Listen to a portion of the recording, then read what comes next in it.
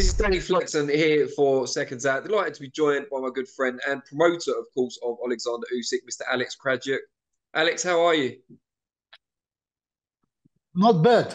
How confident are you that Tyson Fury will be healed enough to make that date? I'm not confident at all, especially when it comes to Tyson Fury. My confidence will grow when I hear the first bell ring. Before that, it's more about performing, talking, giving interviews, having press conferences, sending some videos on social media. But the real fight starts after the first bell. So let's wait, let's see.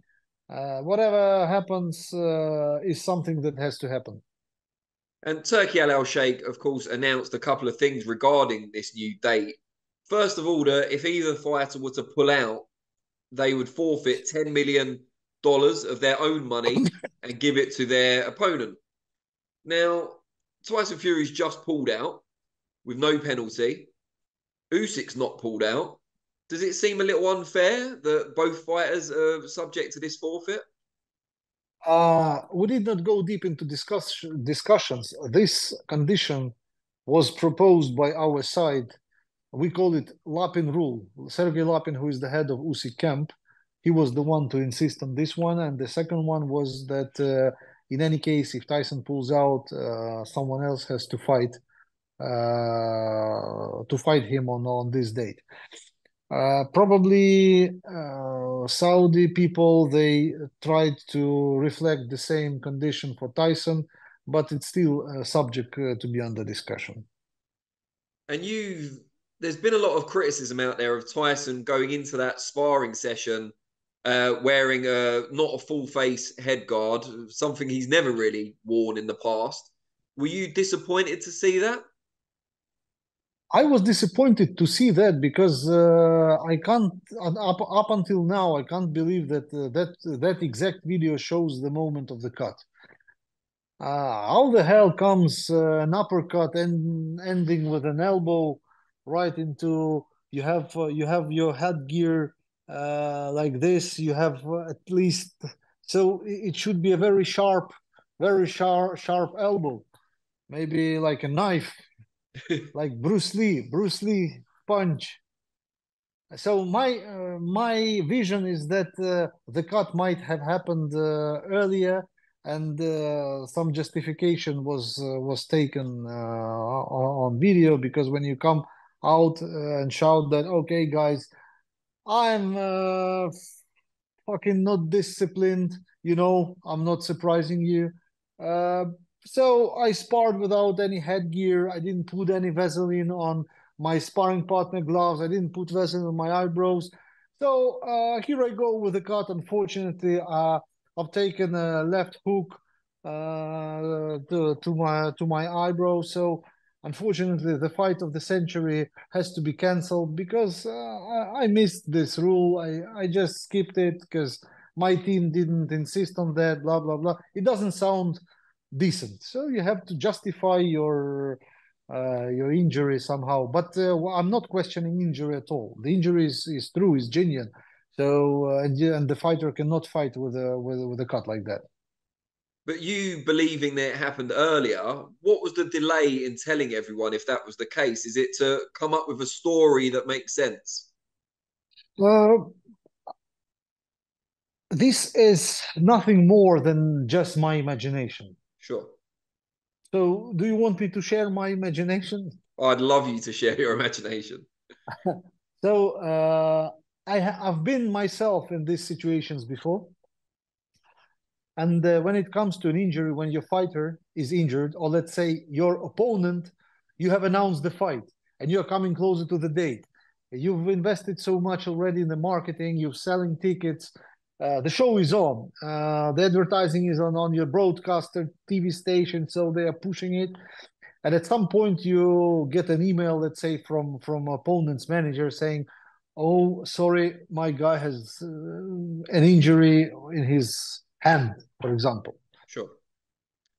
So the show is off.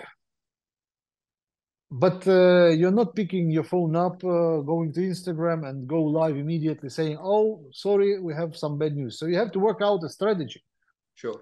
how to announce it, what to say, what if you decide to cancel the show or to reschedule it. So you go with this information, and you take some certain period of time for consideration. Normally, it works like this. And it was reported that Usyk missed the birth of his daughter in camp. Did that make it even tougher to take that the fight had been postponed? He missed St. Nikolai's Day, where within Orthodox it's celebrated in the family circle. New Year, his own birthday, and the birthday of his son, number one. Then he missed uh, his second son's birthday.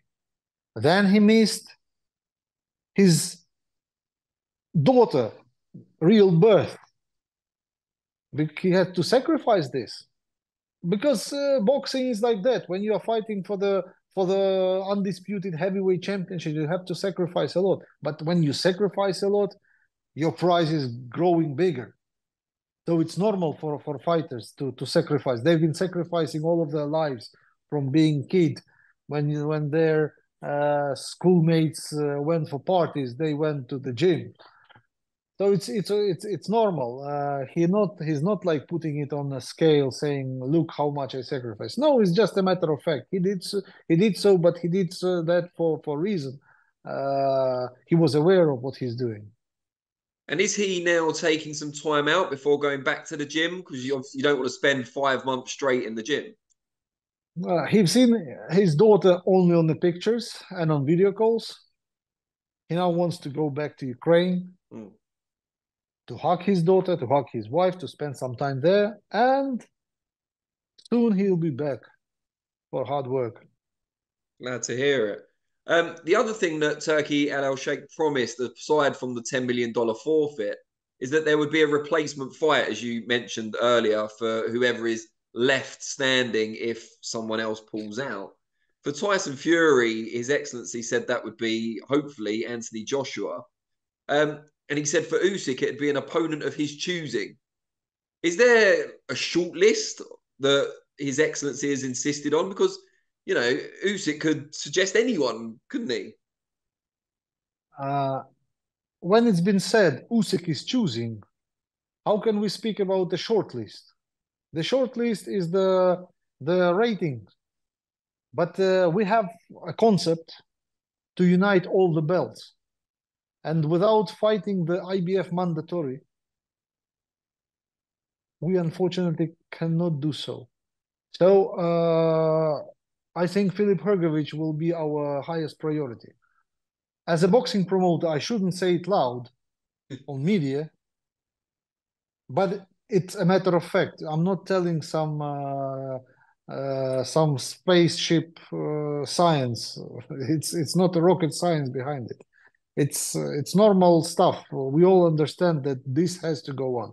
And even if Tyson Fury fights someone else one day, and or he vacates or he retires, someone else will be announced the WBC champion. We will have to take him and finally unite all the belts to become the undisputed in heavyweights.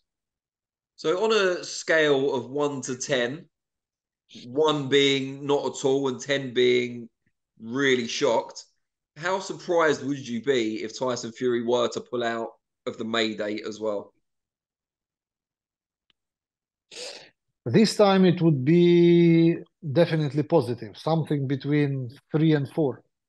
Well, Now, I tell you why. Because now he's under pressure, under hard pressure. And he was the one to put himself under these circumstances. He is under pressure of, first, financial. He is responsible for 10 million.